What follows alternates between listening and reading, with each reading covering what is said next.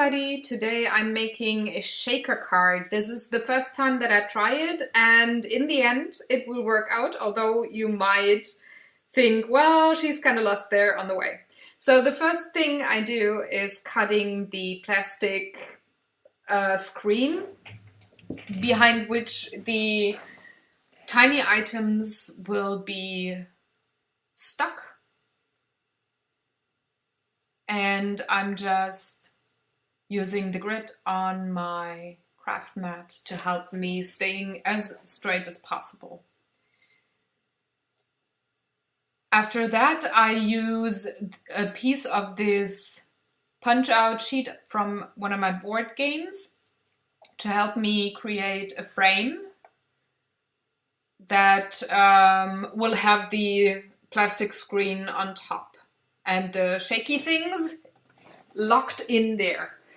I'm not really good at, well, cutting things straight, and I'm just too lazy to measure everything, so I take those punch-outs as a guideline or a stencil here. I'm using white cardstock to go around the stencil and cut out the frame, and then I am going in with my pencil and mark all of the parts that I have to cut out to actually create the frame and not just have a white cardstock piece there. So that's what I'm doing right now, and while I do that, just to let you know and remind you, all of the supplies I use are in the description box below, as well as on my blog. And on my blog you will also find some more high-resolution photos of today's card. So I'm just cutting the inner parts of the frame with my X-Acto knife and my tiny scissors, going all around the pencil lines, and I take my time to make sure that I cut straight, which is, like I said, always a challenge for me.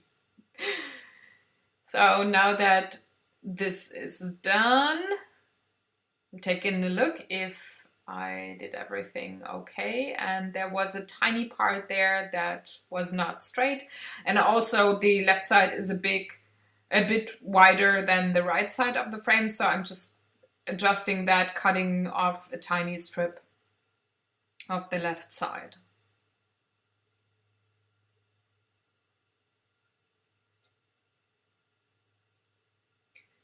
And the banner still fits, which I like a lot. I like those tiny light bulbs. I think they look cute. The next thing I go for is adding the screen to the frame, and for that I use sticky tape. I'm putting down 2 strips on my cardstock frame, and then I'm peeling off the protective foil and glue down the plastic screen.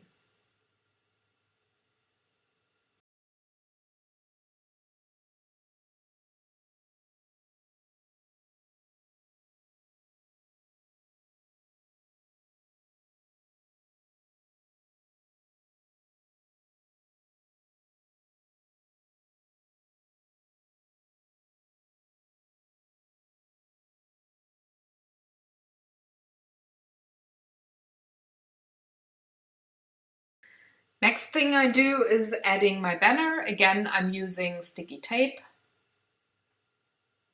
because it just works out fine, and it's so strong that I can be sure that everything stays in place for quite a while. Again, I'm peeling off the cover foil, and then I just go ahead and glue down the banner. After that, it's time to add the 3D foam adhesive, which actually makes the frame and gives the pieces that I put into the shaker card enough room to maneuver. So I'm just going all around that frame on the back side, making sure that you can see the foam adhesive from the front. I have to cut tiny pieces here and there. And I also have to make sure that there is no space in between all of the foam pieces, or that the frame is really closed so that the shaking parts do not fall out or get stuck on any kind of glue.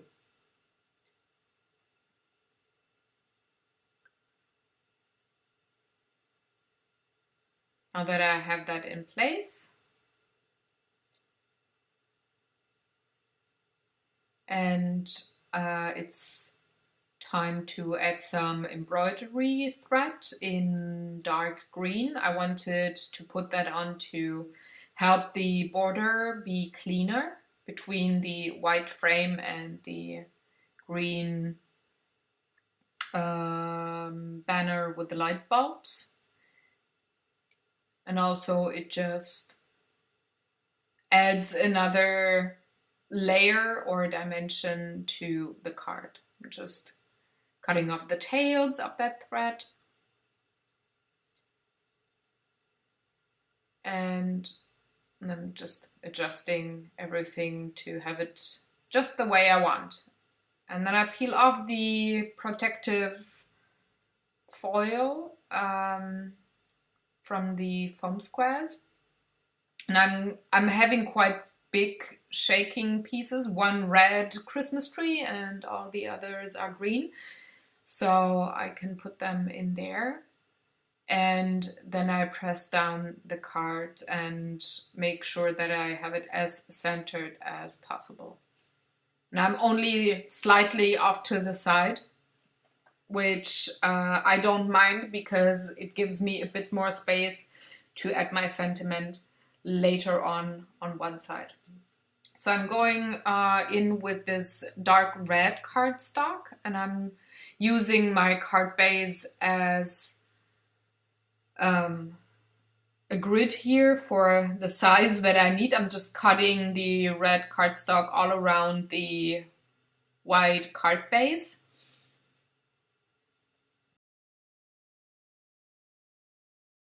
And then I am using the grid on my paper and the stencil that I used, which is exactly the same size as the frame, as a guideline to cut down the frame out of the red cardstock. So I'm just making sure that I'm in the same height, same width. And then I'm again marking the other four sides of the frame with my pencil, and then I go in with my X-Acto knife and my ruler and also my tiny scissors, and I'm doing the same thing as I did with my white cardstock a couple of minutes ago for the white frame. Just on a bigger scale here, otherwise it's the same technique.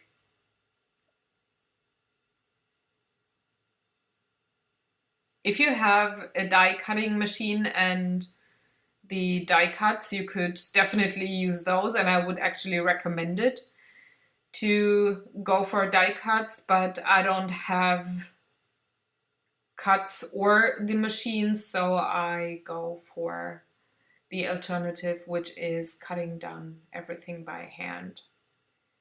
So the frame fits around the shaking part, and I'm using sticky tape again to adhere the red frame or background onto my card base.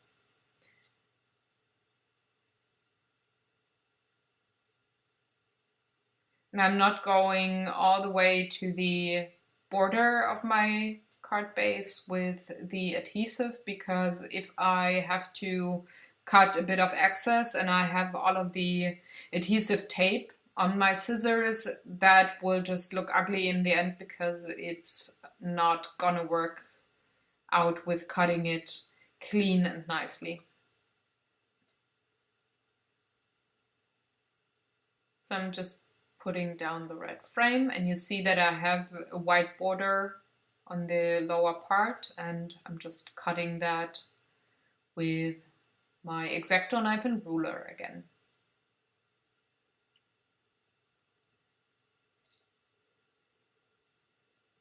You have to really put some pressure on there.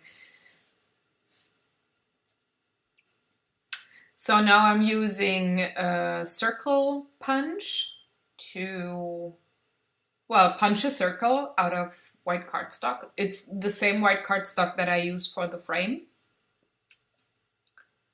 So it's the same material and the same color, and I'm just punching that one out. And I will put my sentiment onto that circle. And for that, I'm having this round stamp, and I'm inking it up with dark red ink. And then I'm carefully stamping the pattern.